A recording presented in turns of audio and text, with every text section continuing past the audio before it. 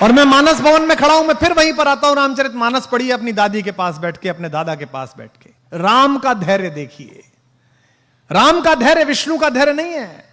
मुझे क्षमा करें, भगवान है विष्णु, लेकिन वो तटस्थ धैर्य है। आराम से लेटे हुए हैं क्षीर सागर में, शैया बना के प्रेम पूर्वक, माता लक्ष्मी पैर दबा रही है, ऊपर शेष नाग का फन है, देख रहे हैं दुनिया में चल क्या रहा है, मूर्ख कर क्या रहे हैं, ये हो क्या नाटक रहा है।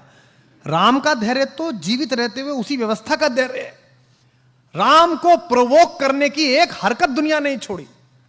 पुत्र के रूप में सोचिए वो लड़का कैसा होगा, वो व्यक्ति कैसा होगा जिसका राज्याभिषेक होना जा रहा है और एक सेकंड में पता चला कि वन चलो कपड़े उतारो, अब ये वलकल पहनो, पत्नी को लो और निकलो। कितना कठिन समय। लेकिन राम राज्याभिषेक होगा, मैं राजा बनूंगा, इस पर प्रसन्न नहीं है, और मुझे वनवास मिल गया, इस पर दुखी नहीं है। यही राम होना है, यही राम होना है। लोग समझते हैं जंगल में पोस्टिंग, लोग समझते हैं कोने में पोस्टिंग, लोग समझते हैं वहां काम करना है तो कैसे काम होगा, मेरे लिए तो पनिशमेंट हो गया। यही अवसर है जो आपको ईश्वर दे रहा है। दशरथ के पुत्र राम जब तक अयोध्या में रहे युवराज राम कहलाए, श्री राम कहलाए, और जब जंगल जाकर लौटे तो मर्यादा पुरुषोत्तम भगवान राम कहलाए। इस पूरी यात्रा ने उन्हें भगवान बनाया, इस धैर्य ने उन्हें भगवान बनाया, और अद्भुत धैर्य है उनके पास।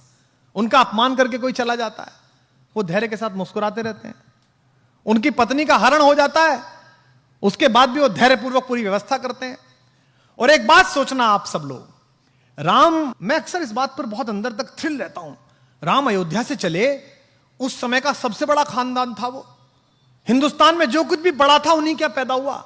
इक्ष्वाकु, अज, रघु, दिलीप, पुरवा, ययाति, नहुष, दशरथ, सब बड़े आदमी उन्हीं क्या। भारत का नाम जिस पर रखा गया वे भी उन्हीं क्या पैदा हुए, भरत, सब उन्हीं क्या पैदा हुए। लेकिन उसके बाद भी जब राम एक वलकल पहनकर चले तो रास्ते भर में राजाओं को भी तो पता चला होगा कि भाई दशरथ का लड़का जा रहा है, वो भी तो मिलने आना चाहते होंगे। राम उनसे सहायता भी ले सकते थे। जिस पंचवटी में मां सीता का हरण हुआ है वो तो उनकी नंदसाल के बिल्कुल बगल में, कौशल प्रदेश में, रायपुर में, वो बिल्कुल बगल में थे। वो अपने नाना से कह सकते थे, अपने मामा से कह सकते थे कि साहब आप जरा मेरी सहायता करो, मेरी पत्नी का अपहरण हो गया, सेना दे दो जरा, मैं चलूंगा। उन्होंने ऐसा नहीं किया। उन्होंने एक भी राजा को अपने साथ नहीं लिया। उन्होंने रास्ते भर आप जैसे और हम जैसे लोगों को साथ लिया। किनको? सामान्य वंचितों को, दलितों को।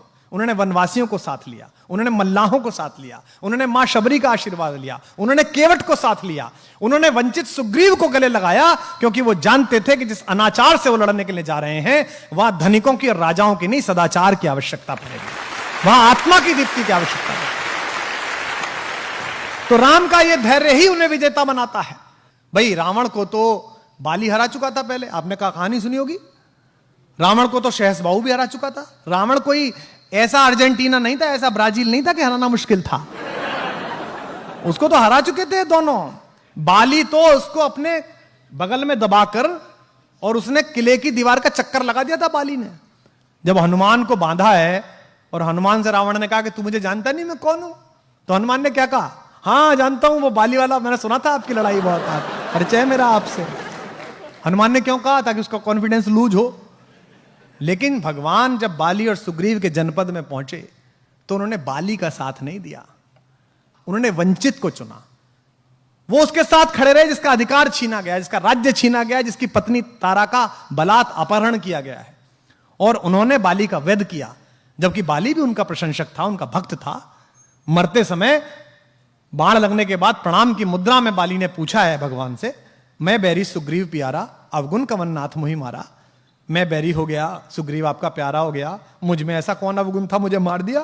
तो राम ने उसको उत्तर दिया कि अनुज वधु भगिनी सुत नारी, छोटे भाई की पत्नी, भगिनी बहन, सुत नारी बेटे की पत्नी, सुन सठ कन्या सम ए चारी। हे मूर्ख, ये चारों बेटी के बराबर होती हैं। इन्हें कुदृष्टि बिलो कहीं जो है, इन्हें गंदी दृष्टि से जो देखता है उसका वध करने में पुण्य मिलता है, पाप नहीं होता है। ये उसको उत्तर दिया उन्होंने भगवान।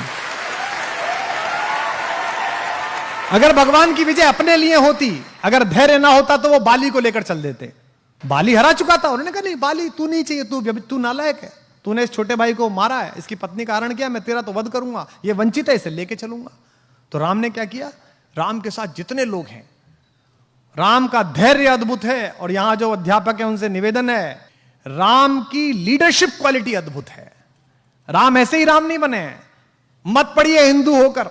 इस परिसर में बहुत सारे इस्लाम मतावलंबी हमारे दोस्त बैठे होंगे और किसी जाति धर्म के लोग बैठे होंगे। कहानी की तरह पढ़िए और फिर देखिए कि राम जैसा लीडर कहीं नहीं है। वो उस व्यक्ति की क्वालिटी को डेवलप करते हैं, उसे इंस्ट्रक्ट नहीं करते। उन्होंने सुग्रीव की क्वालिटी को डेवलप किया। एक ऐसा डिप्रेस आदमी जिसकी पत्नी का हरण हो गया, जिसका राज्य छीन लिया गया, भाई ने लात मार के भगा दिया, उसको उन्होंने कल्टीवेट किया और सुग्रीव महारथी के रूप में बना। और उस युद्ध में सुग्रीव की महत्वपूर्ण भूमिका रही। जिस समय हनुमान लंका के लिए रवाना हुए, आप रामचरितमानस पढ़िए, अध्यात्म रामायण पढ़िए, श्रीमद् वाल्मीकि रामायण पढ़िए, कंबन की रामायण पढ़िए, कहीं नहीं लिखा हुआ कि उन्होंने हनुमान से क्या कहा कि तुम क्या करना। आज हम कितने फ्रस्ट्रेटेड हैं। आज हम लीडरशिप डेवलपमेंट की बात करते हैं, हम ड्राइवर को एक जगह भेजते हैं सामान लेने के लिए, 5 बार बताते हैं उसे, क्योंकि हमें उस पर भरोसा नहीं है। हम उसकी लीडरशिप डेवलप नहीं होने देना चाहते। राम लीडरशिप डेवलप करते हैं। राम ने हनुमान को नहीं बताया कि तुम्हें वहां जाके क्या करना है। उन्होंने कहा बस जाकर देख कर आओ कि सीता कैसी है, कहां है, और उन्हें आश्वस्त करके आओ कि मैं आऊंगा। 2 बातें।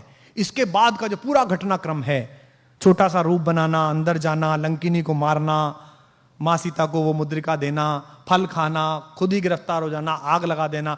आग लगाना मतलब वो राम का विजिटिंग कार्ड दे के आए। हाँ, मतलब बता के आए वो कि जो आ रहा है हम उसका कार्ड है। मैनेजमेंट का बेस्ट उदाहरण है हनुमान। एम्प्लॉयर का 1 रुपया खर्च नहीं कराते वो, 1 पैसा नहीं। भगवान ने कहा कि वहां जाओ, खुद ही टेक ऑफ, खुद ही लैंडिंग, और सारा पैसा हनुमान का, उसका रावण का। भाई हनुमान जबरदस्ती गिरफ्तार हुए स्वयं में देखने के लिए कि कौन है, तो कहा गया भाई इसकी बानर को पूंछ से बहुत प्यार होता है, इसकी पूंछ पे कपड़ा बांध दो। कपड़ा किसका? रावण का। बोले इस पे तेल लगाओ, तेल किसका? रावण का। जली किसकी?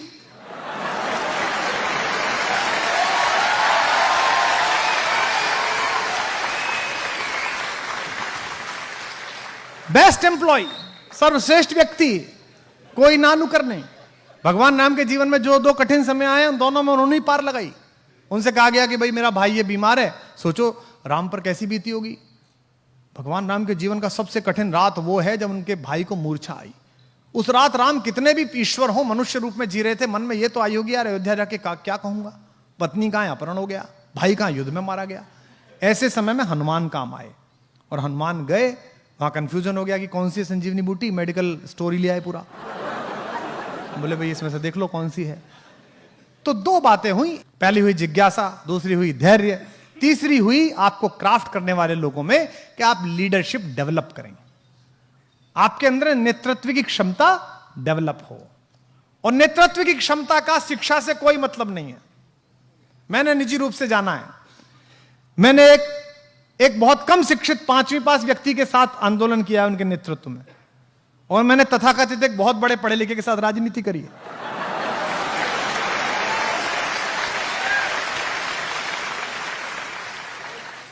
नेतृत्व क्षमता का पढ़ाई लिखाई से कोई मतलब नहीं है। नेतृत्व क्षमता पैदा करना आपकी आत्मा की शुचिता पर निर्भर है।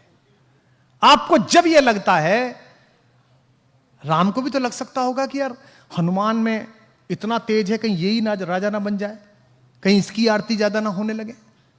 और हमारे यहाँ तो मराठी में एक कथा भी आती है, प्रथम नागरिक मराठी भाषी हैं, तो मैंने एक लोकगीत में कथा सुनी वहाँ कि भाई जब नल और नील पत्थर तैरा से राम लिख कर, तो भगवान राम अकेले बैठे थे। उन्होंने सोचा कि यार मैं भी तैरा दूं, तो उन्होंने एक पत्थर को उठाया और छोड़ा उस पर, तो वो डूब गया। तो उन्हें लगा यार आसपास कोई देख नहीं ले कि हमारे नाम पे काम चल रहा है और हमारा खुद का ही नहीं तैरा। तो उनके मुंह पर एक बड़ी लज्जा की, संकोच की रेखा आई। तो उन्होंने नल नील की तरफ देखा, तो नल ने कहा कि प्रभु आप छोड़ दीजिए, हम बना लेंगे आप। तो उन्होंने कहा चलिए मैं नहीं बनाता, पर तुम्हारा कैसे तैर रहा है, मेरा क्यों नहीं तैर रहा। उन्होंने कहा हमने पत्थर पर राम लिखा, ये अमर नाम है, ये भवसागर को पार करने वाला नाम है। आपने पत्थर को छोड़ दिया, जिस पत्थर को स्वयं राम ने त्याग दिया उसे कौन उबारने वाला है भाई।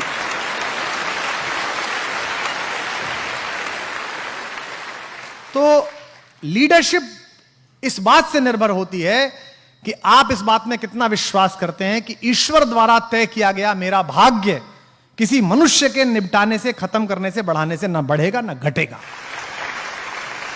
मैं जीवन में कई बार पराजय देखा हुआ व्यक्ति हूं और कई